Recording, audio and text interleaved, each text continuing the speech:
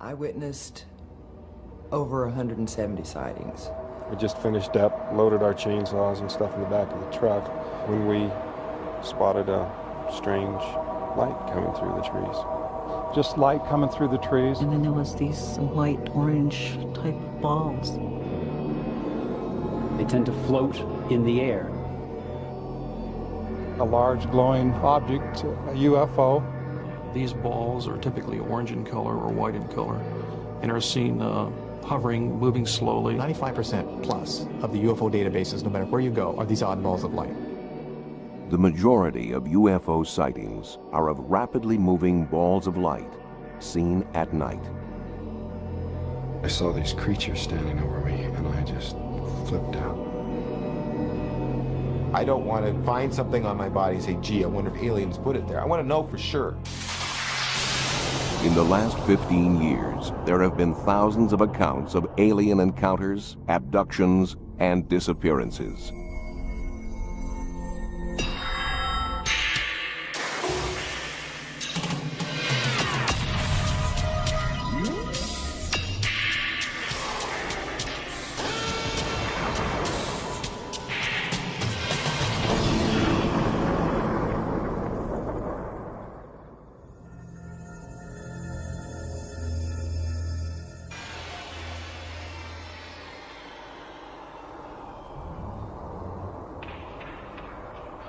I'm driving down to southern Oregon. I got a phone call about a sighting that this young couple had recently.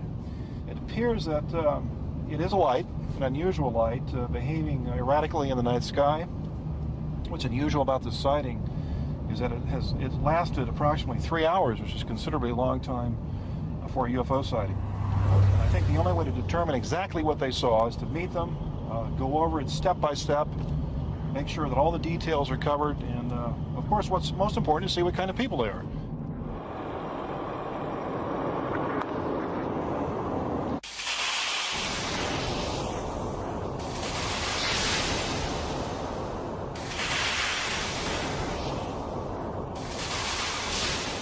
Lance, can you show me how you looked at the object through the scope on your rifle? Sure. I came out and I saw it. I kind of got it with my eye, and then I put my scope up and I looked straight in front of me like that, and I could see it, and then instantly when I got it in the scope, it bolted on me, and I had to kind of glimpse out and then bring it back, and I caught it again up a little bit higher to the right.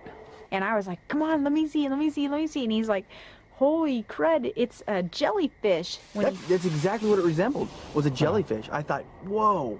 You mentioned to me that it was putting off what appeared to be beams of light or electrical energy. Can you tell me more about that? It looked to me like lightning, you know, on a cloudy night when you see lightning rolling through the sky. It was constantly throwing these beams off, like your hand.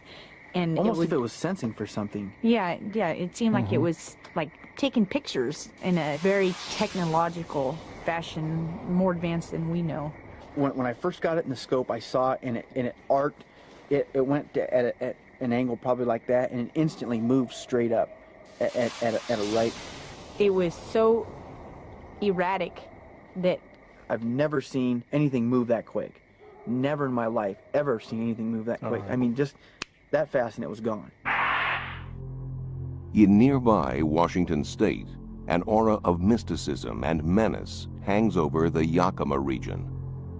This is the home of Bigfoot and other apparitions. At Yakima, all varieties of the UFO experience have been recorded. Balls of light, what might appear to be spacecraft, unusual sounds, creatures, entities, beings, if you will, even what we might consider to be abductions. The most common unidentified flying object seen at Yakima is the ball of light or the sphere of light. These balls are typically orange in color or white in color and are seen hovering, moving slowly. They appear to be inquisitive. They, in some cases, have followed motorists in their cars. UFO sightings have been going on in Yakima at least 30 years by the written record, but there are a lot of strong indications that these objects have been seen over 50 years or more. There is such a good record of sightings on the Yakima Reservation because fire lookouts have to log every unusual light in case it is a fire. They don't just see fire and smoke. They see balls of light in the air.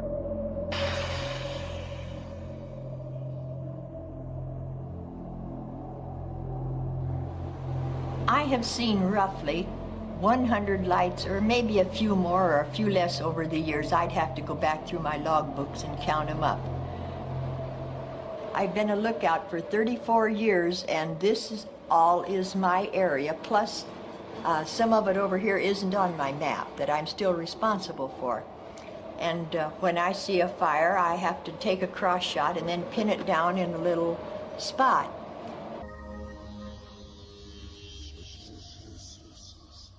Stella Washines has seen strange lights on many occasions. I was home with my daughter. My husband had went off to, I think, a basketball game, took our two sons with him, and it started to get toward dusk. The sun was going down, and so I told my daughter to shut the drapes in the living room. And she was just partially closed the drapes, and she was standing there staring out the window. And I said, "Close the drapes." And she was standing there, and I said, "What are you doing?" And she says, "I'm looking at all these airplanes out here." The dog was banging into the door, and he just like bowled past me, and he just went and wedged himself under the table and stayed there, and was really afraid. And he was more afraid of being outside than he was of me, chasing him out of the house. And he never came in the house.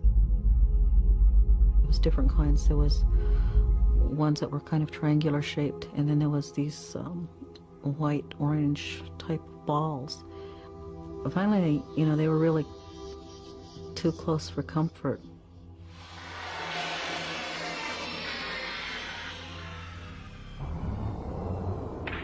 Hotspots of strange lights show up throughout the world, from Yakima to Scandinavia, Australia, and Britain.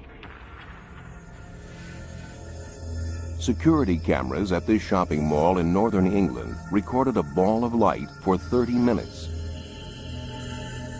It drifted around the building and was captured on 3 cameras. What are the people at Yakima and elsewhere seeing? Perhaps the beginning of an answer can be found in 18th century New England. One of my first interests in the field of anomalies was the dark day of May 19th, 1780, during which time the northeastern coast, New England coast of North America suddenly became dark. It started to become dark in the early morning, and by noon it was so dark that people required candles and lanterns. There were odd and eerie sounds and sights and greenish flashes, and people thought it was the end of the world. And they were begging for the men of the Enlightenment, the name for scientists, to explain this phenomenon. This incident inspired Persinger to investigate strange reports of UFO lights. He plotted 6,000 bizarre events by location and year, and then compared the reports with high-energy phenomena like tornadoes, hurricanes, and earthquakes. Professor Persinger discovered that waves of UFO sightings, called UFO flaps, preceded earthquakes by up to 6 months. So he called in an expert on earthquakes. What I find interesting is to try to associate these balls of light with earthquakes, because we know that large earthquakes generate very bright lights in the sky. In 1966, during an earthquake in Japan, this glow lit up the night sky. Persinger and Durr set out to discover if earthquakes were generating their balls of light. They found a strange cluster of UFO sightings in Colorado. Beginning in 1963, millions of gallons of toxic waste from a munitions factory were pumped down a 2-mile deep well. Unfortunately, the fluids lubricated a fault system, and over 5 years, 1,500 earthquakes were recorded. You have a fault zone where the rocks are pressed hard together, but if you put some lubrication on that surface, then they're going to slip. Well, we're putting a lot of pressure into the ground, and the ground is cracking and it's bending. And every time you have some sort of strain, you have an elastic wave that's radiated out from it. You can think of a rubber band that's stretched, and you can come along with a pair of scissors and cut it, and there's all this energy released as the pieces fly apart. A slow ripple of minor tremors moved away from the injection point. It traveled at speeds of between 30 and 80 miles per month. And just before the quakes reached a district, a rash of UFO lights were reported. So it would be fluid injection, strain, UFO reports, earthquakes, in that repetitive cycle. Could UFO lights and earthquakes be linked? It's possible, for light can be created by rocks. Triboluminescence means light produced by friction, the rubbing together of two surfaces. Many minerals produce this phenomenon, but one of the best known is quartz. And so I have some quartz here with which I will demonstrate this.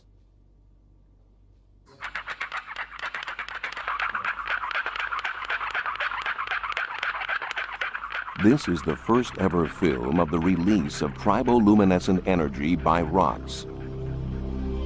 There is another possibility. When the Earth moves, the enormous forces crush the crystals that form the rocks. Pulverizing crystals with pressure can release light. Piezoelectrics literally means pressure electricity, and when we stress or scratch or compress rock crystals such as quartz, it is found that there is a generation of charge within the crystal, and sometimes this can lead to the evolution of light, tiny sparks and flashes within the crystal itself. Alan Mills can demonstrate this by crushing almost any crystal, in this case, sugar cubes. Crushing rock under much greater pressure in an earthquake zone will do the same.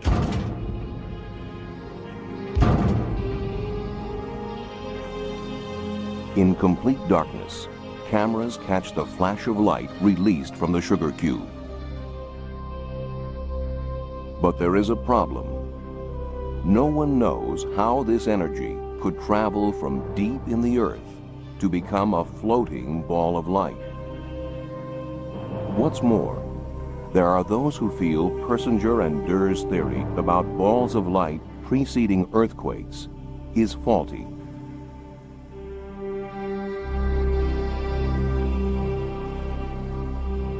In the laboratory, we try to recreate the same pressures and temperatures that you would find down 5 or 10 miles down in the earth where large earthquakes would nucleate. What we came up with in the model that we developed was that you actually can use the frictional heating of the rocks as they slide past each other in the fault zone during an earthquake to make the rock so hot that it boils away the water. And once you turn the water to steam, then this becomes a very good electric insulator.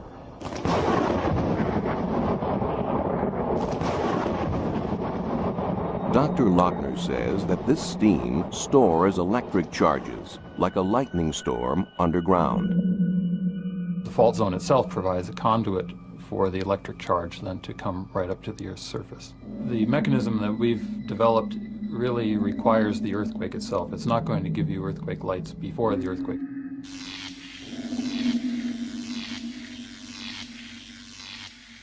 If lights are linked to tremors before or after, does this explain the UFOs seen at Yakima? Persinger and Durr found that the lights do appear above local fault lines. This is per month. The faces, there we go. These are UFO reports along one direction, a series coming in the other direction, and then a quake should be predictable right in the center. There it is, the asterisk. We found that these balls of light would suddenly become more intense and more frequent during the same months when there was an increase in earthquake activity in the vicinity of the reservation. We also found something else out, that whatever triggers these processes are pretty subtle. We found that if the strain was present and about ready to produce an earthquake, balls of light, called UFO reports, were common. But if there was a sudden geomagnetic impact, a massive increase from geomagnetic activity, then the phenomenon was more intense. An increase in our geomagnetic activity can be caused by the solar wind, a stream of charged particles that blows off the sun. When that wind hits us, the Earth's magnetic field is distorted. Professor Persinger suspects that when the wind blows, we also get balls of light and reports of UFO sightings. However, Persinger and Durr's research into earthquakes does not explain all close encounters with UFOs. The tectonic strain theory of UFOs has been designed to try to answer the question, why so many of these glowing balls of light seen at Yakima? But the problem is that mixed in with sightings of balls of light have been other objects. There's also been close encounters. We deliberately exclude close encounters types of sightings. What might appear to be spacecraft, there appear to be abductions.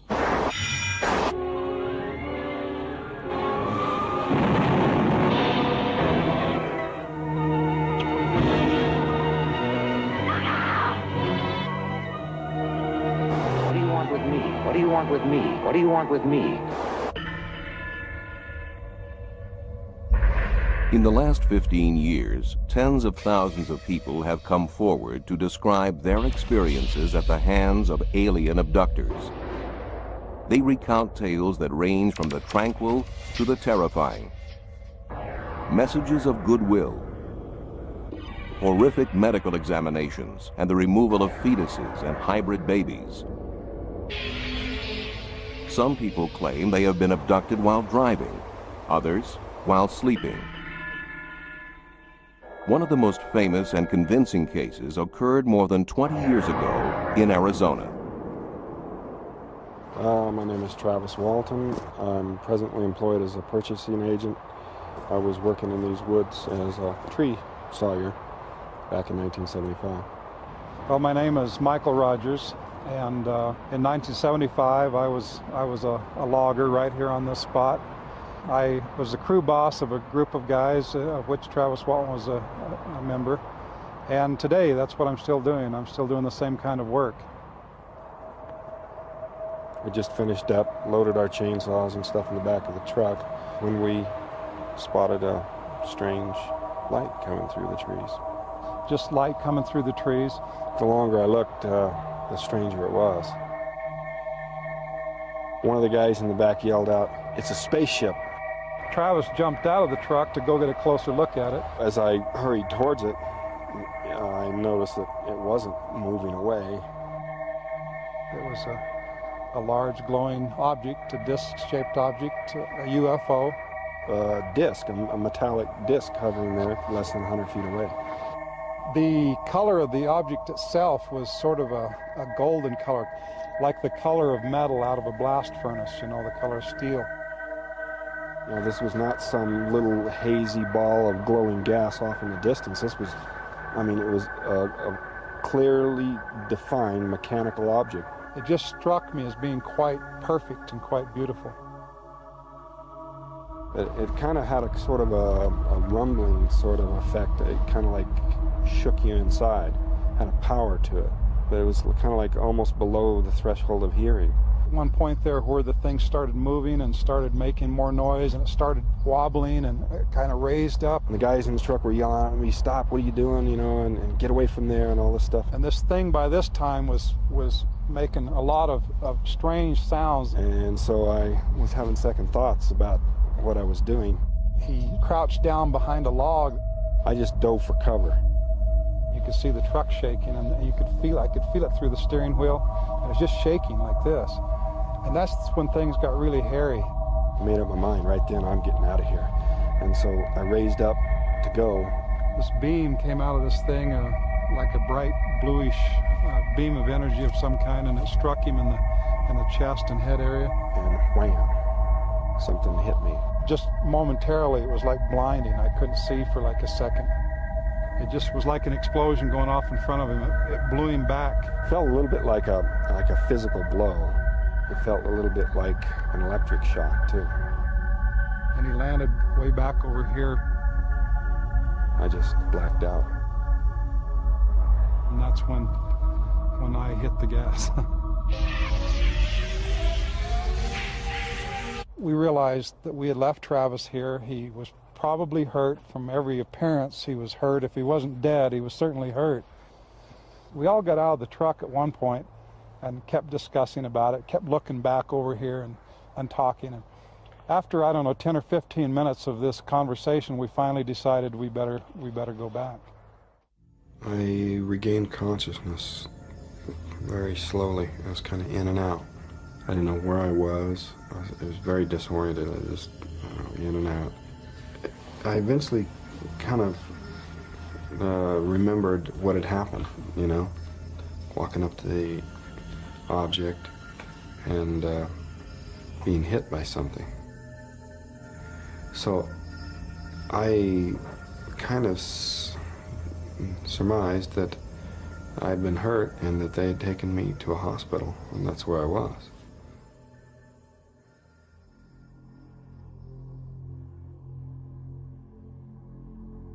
Took a flashlight and shined it in the road down here and up in the clearing. We didn't see right off the bat. Travis isn't laying there where he'd fallen. He wasn't there. There was an object lying across my chest. The light above me was sort of a rectangular fixture. I was lying on a hard surface. It seemed very hot and humid. But, you know, the main sensation was just this pain, this overpowering pain. They conducted a 4-day search the next day and for the next 3 days after that. A very extensive search all over this entire area, which expanded out and out and out, and large area. A lot of men on horseback, dogs, a lot of men on foot, vehicles, helicopters, airplanes, you know. Couldn't find any trace of him. Never a trace of Travis. Never a trace of Travis. Never a trace of Travis. When I finally got where I could focus my eyes, so I could hear the sounds of movement around me. I knew there was someone there, but I just, at first, assumed it was doctors, you know, people working on treating me. But when I finally got where my vision cleared, I saw these creatures standing over me, and I just flipped out. It was, you know, I instantly knew that I wasn't in a hospital, and I just flipped out. They came towards me. I started screaming at them, and I grabbed an object and swung it at them, screaming. They stopped all simultaneously, sort of extended their hands, and then all at once they all three turned and left the room. And there in the doorway is what I took immediately to be a person, a human being. He took me quickly down this hallway into a room where there were some other people waiting, people who looked like him. They led me over to this table and started to put me on this table, and you know, I started to have major misgivings about, you know, was I being rescued or what was really going to happen to me here. And one of them put a mask over my face. So it sort of looked like an oxygen mask. And I tried to grab it away, and I managed to get my hand on it, but I couldn't pull it away before I lost consciousness. The next thing I knew, I woke up. I came to quickly, and it was cold and dark. And I looked up, and there was a light above, and I saw a craft hovering above me, and it just shot up into the sky. I looked around. I was lying next to a highway. Travis Walton was missing for 5 days. It's It's a mystery to me. You know, I can't understand what was going on there.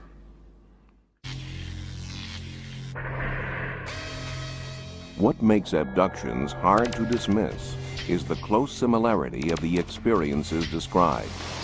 Even from the very earliest UFO reports, people noticed that there were considerable similarities in the stories. What I found from this comparative study was that there were a great deal of similarity in the stories. Most start out with a capture, go to examination, and on very rare occasions, a kind of spiritual experience. There's also a great deal of similarity in the content, the description of the beings, the descriptions of the ship itself, the feelings and sensations and strange effects that people report. These are all extremely similar from one story to another. The sequence of events staying so regular is quite peculiar, given the fact that these are lengthy stories, they're quite bizarre.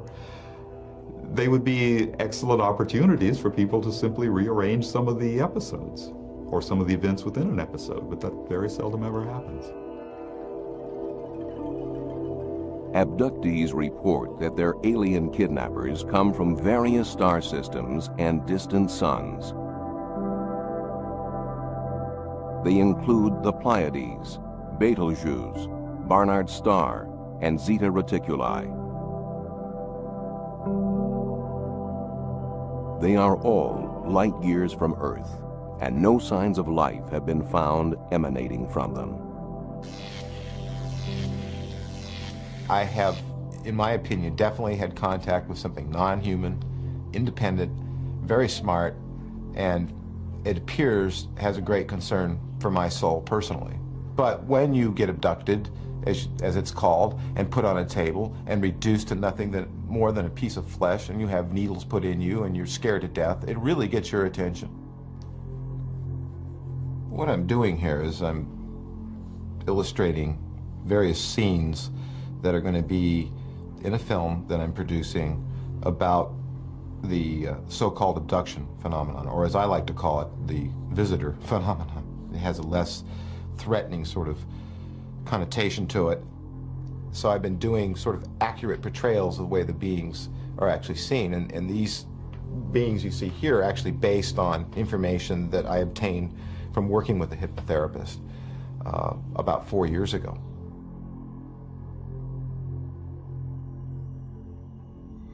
So why do the various alien races choose different parts of the world to fly to? One peculiarity of the stories, one element that would suggest there might be some cultural differences, is that while in North America the small gray aliens have been the most common, in Britain the commonest alien has been the tall, blonde Nordic type. In South America, you tend to get more of a variety of aliens.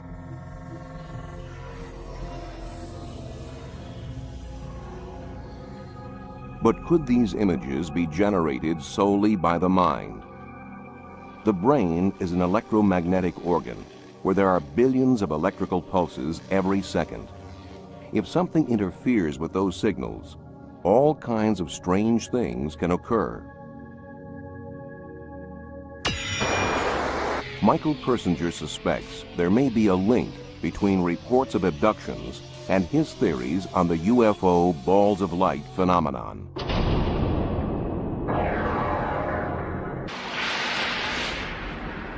The question of the relationship between Earth lights, luminous phenomena, and abduction experiences is, I think, only marginally overlapping.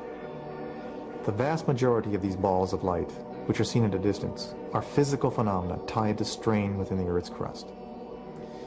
The very few cases where people rush up to the light and have very predictable experiences, those individuals are indeed being stimulated by the balls of light. But the recent case of the abduction phenomenon, where allegedly millions of people have been visited in their bedrooms, it is much more a neuroscience problem than a geophysical one.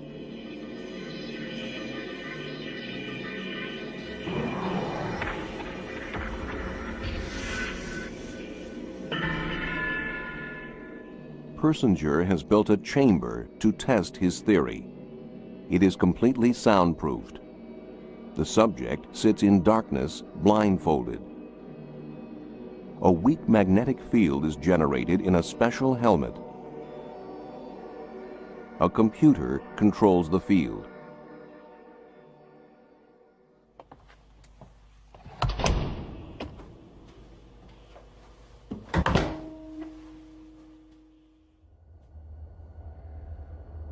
Persinger varies the shape of the electromagnetic wave transmitted through the brain.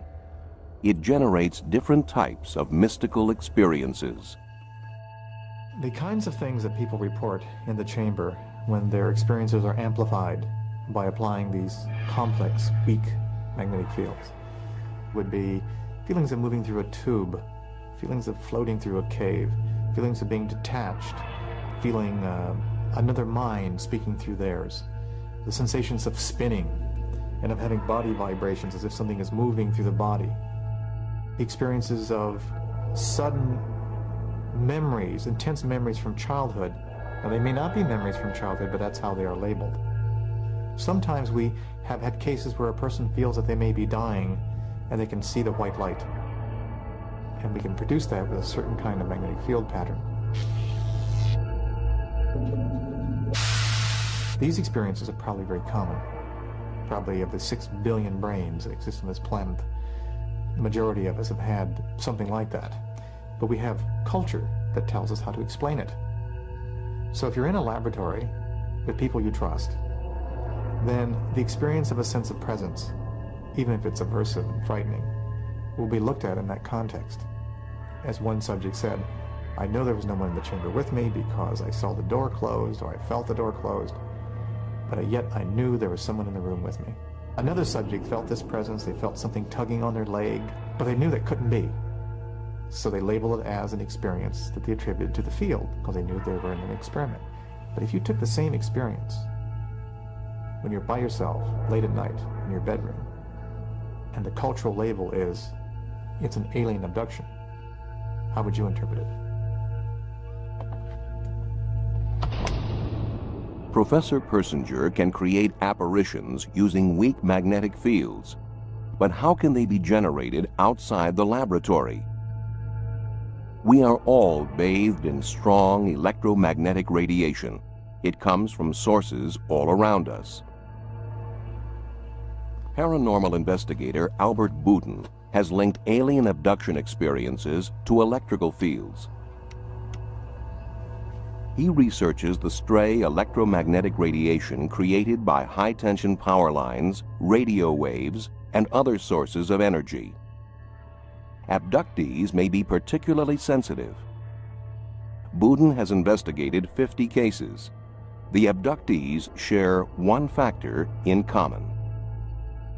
I've found that these abductees have something called a major electrical event where they've been struck by lightning, or been near lightning, or have had major electrocution, and this has changed their bodies permanently.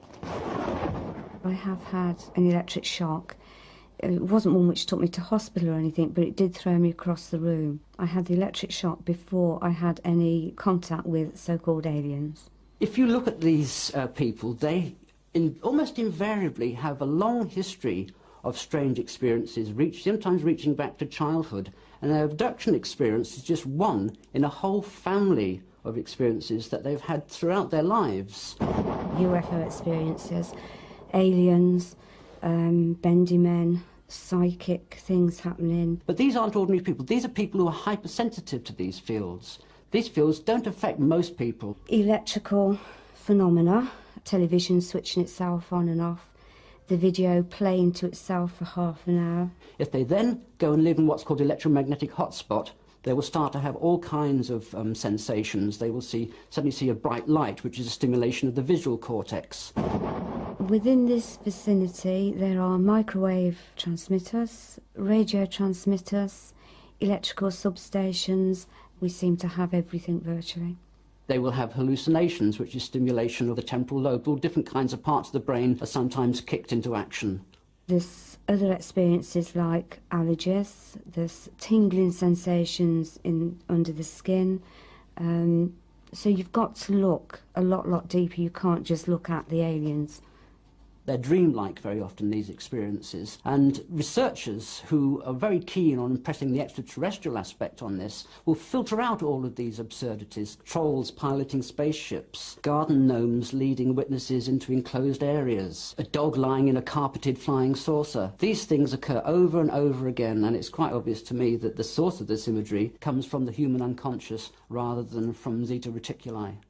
I genuinely believed that the experience had happened. It took me about 2 years to come round to actually being logical about it and looking at it in a logical way. This is an environmental health issue, and in fact alien abduction experiences are just a very small part of a much broader issue, which is electromagnetic pollution.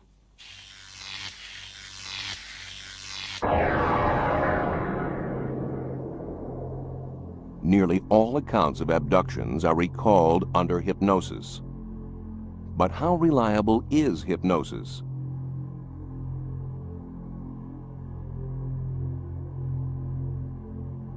We all have strong memories of our pasts. However, false memories, even without hypnosis, can be created if the subject wants to please their therapist. They recall what they think the hypnotist wants to hear. Even without hypnosis, as events fade and are dimly remembered, we create new memories to fill in the gaps, reinventing the past. It's all too easy to create false memories. A Canadian psychologist gave volunteers what they thought were personality tests. The psychologist used positive feedback to implant the idea that they saw a mobile on the day they were born. He told them that they were exceptional personalities and that this was potentially due to their brains being stimulated by the mobile.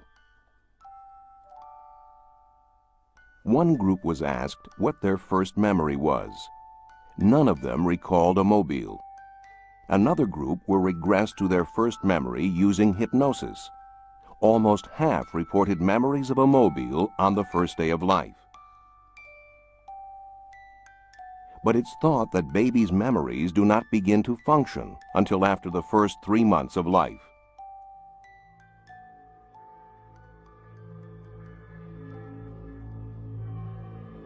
The vast majority of abductions are recalled under hypnosis by people who were alone at the time. Yet there are cases of multiple abductions. And cases like police officer Alan Godfrey's, where additional eyewitnesses corroborated the story.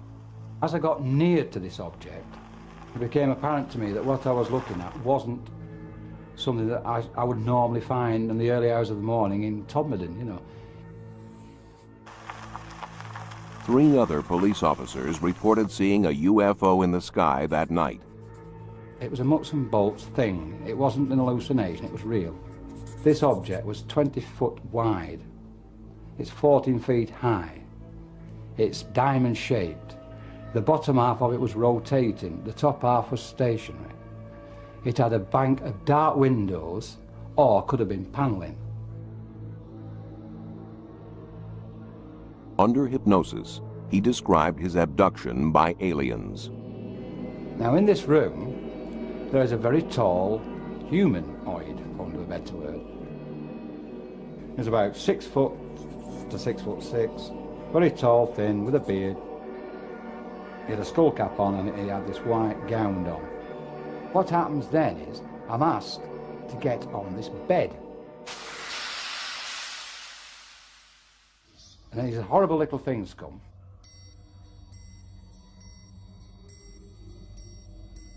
They are a lamp-shaped head with black dark eyes. That's the best way I can describe them. And there was about 7 or 8 of them.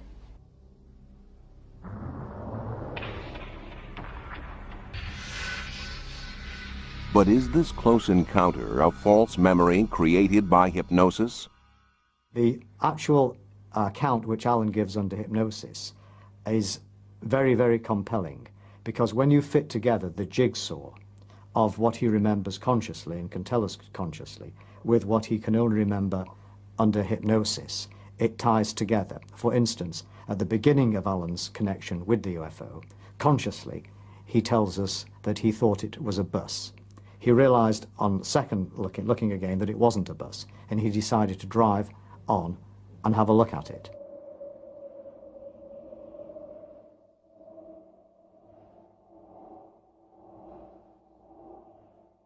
Under hypnosis, he says it's a bus. It's not a bus. A bus.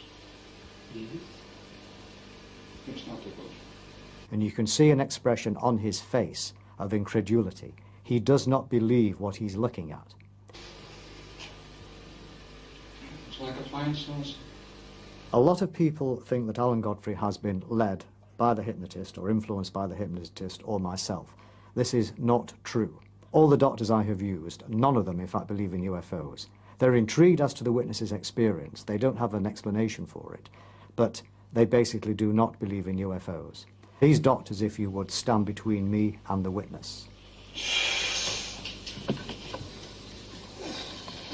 Jesus. There's a light. Shining a light.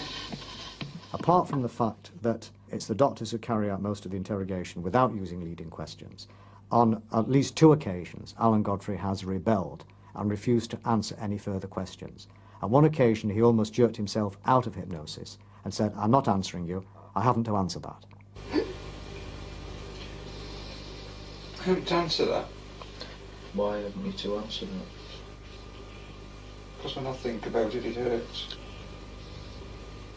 It has to be said that at the time that Alan Godfrey had his experience and underwent hypnosis, the accounts of alien abductions were virtually, if not completely, unknown in the United Kingdom. I had certainly never heard of them. I don't know of anybody who had. Hypnosis seems to be the only tool, at least it's the only tool that I am aware of, to probe missing and confused memories.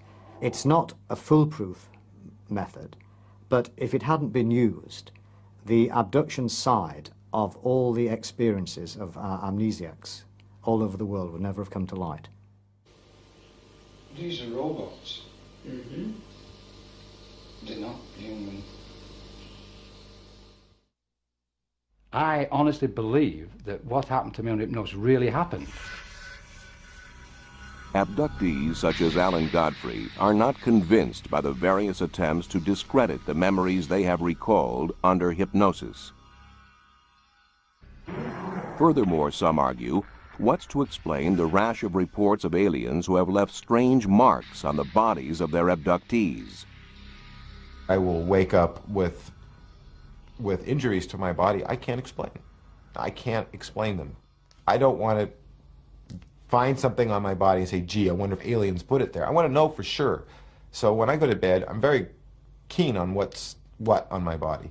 So to wake up with a 4-inch long cut out of nowhere underneath your long johns on your leg that burns is a big question mark. And this stuff happens to me fairly often. The other thing that happens, of course, you get these triangular marks. You hear about them so much. And it's real. People are really getting these. I get them. And what's fascinating about it is that they're identical to the ones the other individuals are getting. You look at my photographs of body injury, they look like everybody else's. There are also reports of implants. One abductee even paid for an operation to have one removed. Jesse Long believes he was abducted as a child and that something was implanted in his leg. They don't seem concerned with me while I'm on the table screaming and yelling and wanting to get away, because these experiences are not pleasant at all. They're some of the most frightening things you could ever experience. There it is. There's your Wow. triangular shard. Cheese. Or if you'd like, I'd lay it on the skin like that next to it. Let me blot off the blood. This is a photograph taken of me sitting on the porch. You can actually see the scoop mark in my leg where the object was put in. The object always hurt for those 34 years. I mean, I had to wear my socks below them. Here's the big blunt end. And then we have the very tip of it, which is now here. So that when they're laid together, it forms forms a triangular-shaped shard. Electron micrographs show it's only common glass, containing no elements alien to our planet. Had silicon and magnesium and zinc and silver and calcium. Just recently I had it analyzed further. They found titanium. In addition to that, they've also found sulfur, 24% sulfur.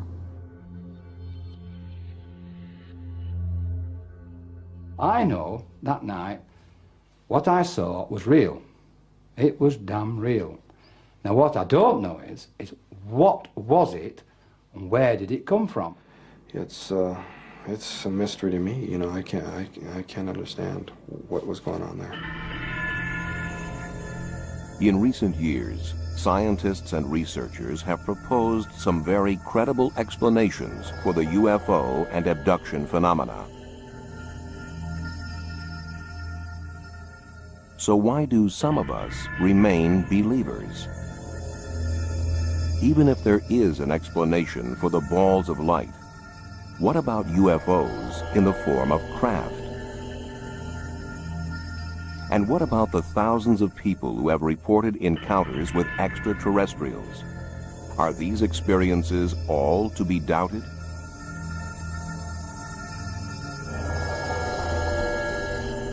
Perhaps there is a part of us that really wants to believe that we are not alone, that there is life beyond us, reaching out